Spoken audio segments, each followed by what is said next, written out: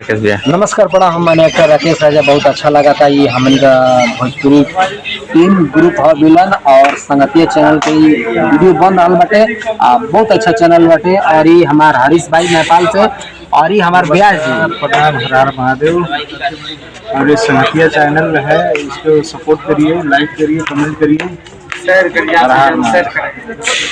नमस्कार प्रणाम। हम उमाशंकर व्यास बागी बलिया से भैया।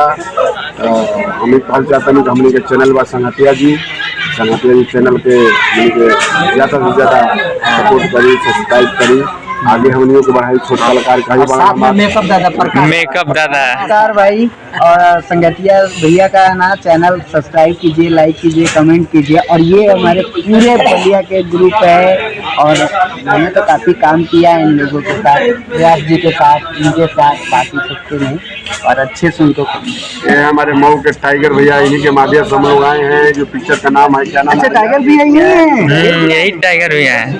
प्यार करके देखो ना, प्यार करके देखो ना, यही भैया के माध्यम से हम लोग आए हैं। और भैया थोड़ा संगतिया जी चैनल के बारे में अभी बता दीजिए। नमस्कार प्रणाम। हम वीरेंद्र कुमार टाइगर गाजीपुर रहने वाले हैं। मेरे मित्र उमाशंकर जी का संगतिया चैनल है, उसको आप लोग बहुत ज़्यादा लाइक करें और सब्सक्राइब करें। हाँ बोलिए सर।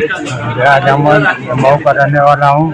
संगतिया का प्रोग्राम है, ये